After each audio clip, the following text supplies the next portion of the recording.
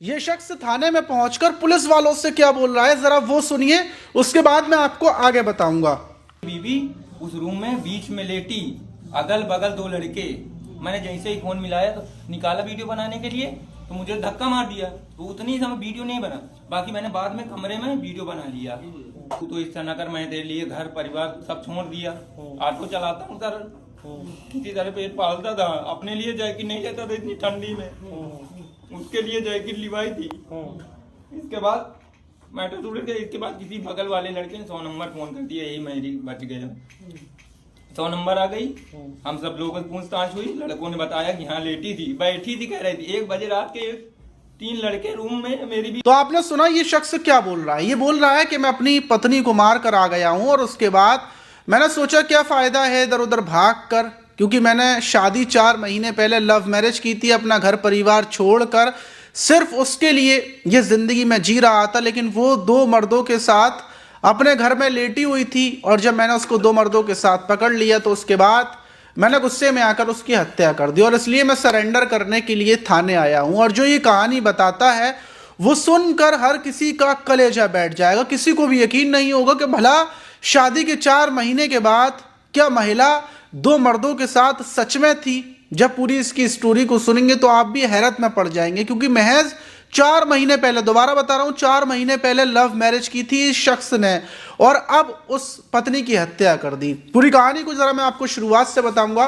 तब आपके समझ में। तो दोस्तों, मेरा नाम माज है, उम्मीद है कि आप सब अच्छे होंगे, सुरक्षित होंगे। और जो आज की घटना है वो उत्तर प्रदेश के कानपुर की, और वहीं पर महाराजपुर थाना है और उसी थाने में 18 जनवरी की सुबह सुबह लगभग ऐसे ही टाइम था, 10 से 11 बजे के टाइम पर, और एक शख्स थाने के अंदर घुसा आता है। पुलिस वाले उसको रोकते हैं, उससे पूछते हैं भाई क्या बात है, तुम अंदर आए जा रहे हो। और जो शख्स था वो अपने चेहरे पर मफलर को पूरे तरीके से लपेटा हुआ था, सिर्फ उसकी आंखें दिख रही थी। और वो थाने में बोलता है बड़े ही प्यार के साथ कि मालिक ऐसा है कि मैंने अपनी पत्नी को मार दिया है और मारने के बाद मैं यहाँ से भाग गया था। 2-3 घंटे में चाय के होटल पर बैठा रहा, सोचता रहा और आखिर में मैंने फैसला किया कि भागने से कोई फ़ायदा नहीं है, आप लोग परेशान होंगे, पुलिस मुझे चारों तरफ ढूंढेगी और अब मेरी ज़िंदगी में कुछ बचा भी नहीं है, इसलिए मैं सरेंडर करने के लिए आया हूँ।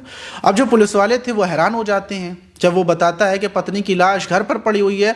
सबसे पहले उससे पुलिस वाले पूछते हैं कि आखिर लाश कहाँ पर पड़ी हुई है, तो वो बताता है रूमा जो इलाका है वहीं के किराए के मकान में मैं अपनी पत्नी के साथ रहता था, ऑटो चलाता था और वहीं पर लाश पड़ी है। पुलिस की टीम फौरन उसको लेकर उस रूम पर पहुंचती है, तो जाकर देखती है जो बेड था, बेड पर ही उसकी पत्नी श्वेता की बॉडी पड़ी हुई थी, क्योंकि उसने गला दबाकर हत्या की थी।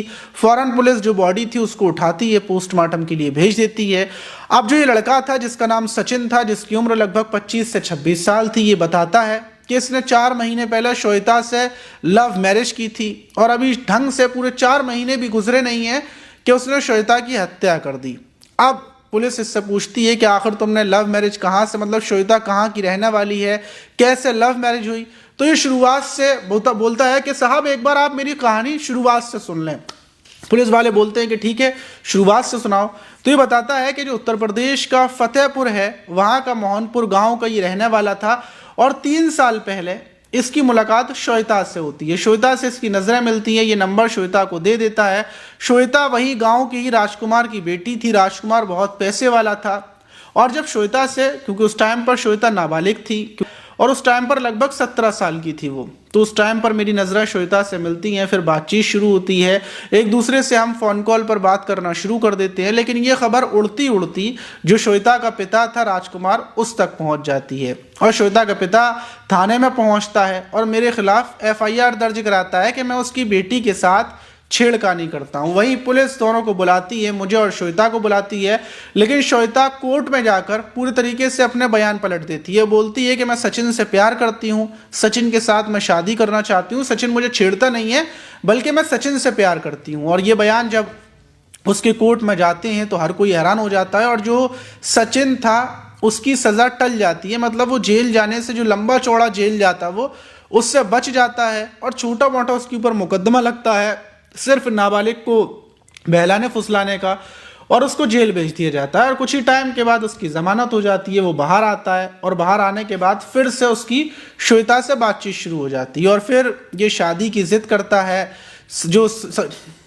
और फिर ये शादी के लिए श्वेता से बोलता है। श्वेता बोलती है मेरा परिवार तो कभी भी तुमसे शादी के लिए नहीं मानेगा क्योंकि तुम कोई कामकाज नहीं करते और दूसरी चीज़ तुम गरीब हो, मेरे पिता बहुत पैसे वाले हैं। अब जब दोनों के बीच ये बातचीत होती है तो सचिन बोलता है कि अगर हमारी शादी यहाँ नहीं हो सकती तो हम भाग तो सकते हैं, क्या तुम मेरे साथ भागने के लिए तैयार हो? तो 4 महीने पहले जब रक्षाबंधन था तब श्वेता भागने के लिए तैयार हो जाती है और रक्षाबंधन वाले दिन ये अपने भाइयों के हाथ पर राखी बांधने के बाद बोलती है कि अपनी एक सहेली के यहाँ पर जा रही हूँ। घर से निकलती है लेकिन उसके बाद लौट कर ये वापस नहीं आती क्योंकि इधर सचिन के साथ ये सामान वगैरह लेकर पैसे लेकर भाग चुकी थी।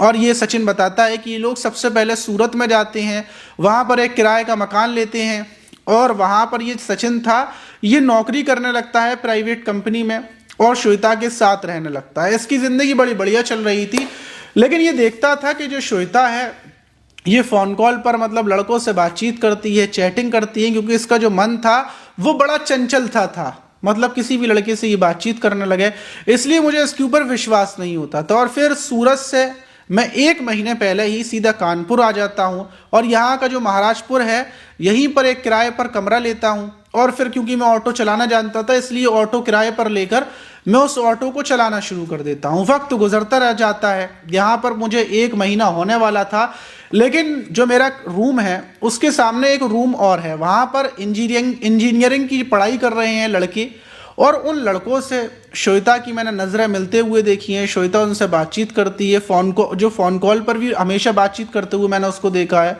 और कुछ टाइम पहले से जो श्वेता है उसके पेटीएम पर बराबर पेमेंट आया लगा पड़ा था। जब मैंने उससे पूछा कि तुम्हारे पेटीएम पर पेमेंट कहाँ से आ रहा है तो ये बोलती है कि मेरी नानी ने पैसे भेजे हैं, मेरी खाला ने मतलब मेरी बुआ ने पैसे भेजे हैं और ऐसे कर ही हमेशा बताया करती थी। लेकिन मेरे दिमाग में शक आ गया था कि ज़रूर श्वेता का किसी ना किसी से अवैध संबंध चल रहा है और जब मैं रात को ऑटो चलाने के लिए जाता हूँ तो ज़रूर ये अपने रूम पर किसी को बुलाती है और इसीलिए मुझसे बोलती भी है कि ऐसा करा करो, आप रात में ऑटो चला लिया करो, दिन में आप सो लिया करो। तो मुझे इसके ऊपर शक हो जाता है। जनवरी की रात की बात है, लगभग 9 बजे का टाइम था। मैं इसको फ़ोन करता हूँ और इससे बोलता हूँ कि बाबू आज तो मैं नहीं आ पाऊंगा क्योंकि रात भर मैं ऑटो चलाऊंगा और मुझे अपने दोस्तों के साथ ज़रा पार्टी में जाना है, तो मैं नहीं आ पाऊंगा, तुम सो जाना। दूसरी तरफ से ये बोलती है कि हाँ वैसे भी मैं दिन में सोई नहीं हूँ, दिन में बहुत थक गई हूँ, बहुत सारा काम किया था, तो मैं सो जाऊंगी, अगर मेरा फ़ोन वगैरह ना उठे तो तुम परेशान मत होना। अब ये बोलती है, अब सचिन को शक होता है कि ज़रूर कुछ ना कुछ दाल में काला है। ये मुझसे ये भी बोल रही है, मना भी नहीं कर रही है पार्टी में जाने के लिए, वरना मना करती है।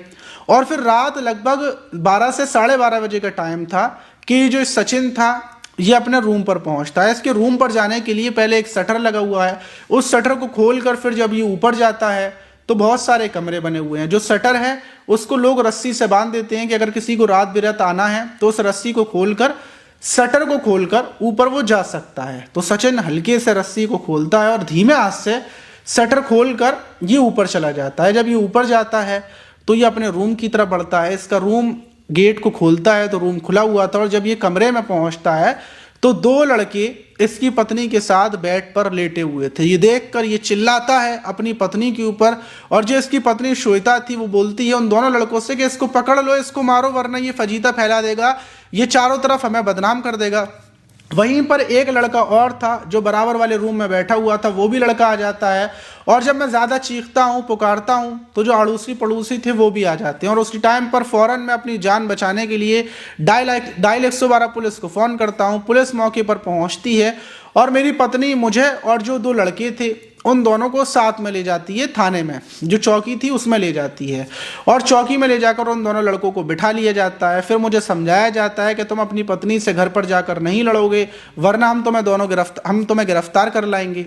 अब जो श्वेता थी वो उससे भी बोला जाता है कि तुम अपने पति के सिवा मतलब किसी लड़के के साथ नहीं रहोगी, लेकिन श्वेता बोलती है कि वो तो अपने दोनों दोस्तों के साथ क्योंकि दोनों दोस्त अच्छे थे, उन दोस्तों के साथ वो बैठी हुई थी।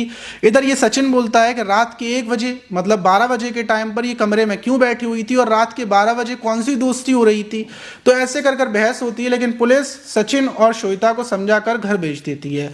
अब जब ये श्वेता घर पर आती है तो सचिन बोलता है कि इसका दिमाग बहुत ज़्यादा ख़राब था, ये गुस्से में आग बबूला हो चुका था।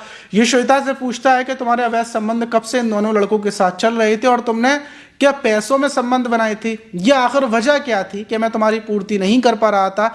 ऐसे सवाल करता है और फिर श्वेता इसके ऊपर मतलब और ज़्यादा इसके जवाब देने लगती है और बस इसका खून खौल जाता है और ये श्वेता के गले को कसकर दबा लेता है और उसकी हत्या कर देता है। और आखिर में ये थाने पहुंच जाता है और थाने में जाकर पूरी घटना को पुलिस को बता देता है। पुलिस जब ये सुनती है तो फ़ौरन जो श्वेता के पिता राजकुमार थे उनको कांटेक्ट किया जाता है, बताया जाता है कि आपकी बेटी की हत्या हो चुकी है और जिसके साथ वो भागी थी उसी से हत्या हुई है। वहीं जो श्वेता के पिता हैं उनका कहना है कि हमने तो अपनी बेटी को बहुत समझाया था, मैंने तो सारे रिश्ते नाते अपनी बेटी से ख़त्म कर दिए थे, मेरी पत्नी ही अपनी बेटी से बातचीत किया करती थी, वरना कोई श्वेता से बातचीत नहीं करता था, क्योंकि हमें पता था कि जो ये सचिन है ये लड़का सही नहीं है, वो श्वेता को कभी भी खुश नहीं रख सकता और ये हमारी बेटी के ऊपर गलत इल्ज़ाम लगा रहा है। मेरी बेटी बिल्कुल भी ऐसी नहीं है और ना मेरी बेटी ने उन 2 लड़कों को बुलाया होगा, ये सिर्फ इल्ज़ाम है और इसने इसका मन भरने के बाद इसने हत्या की है।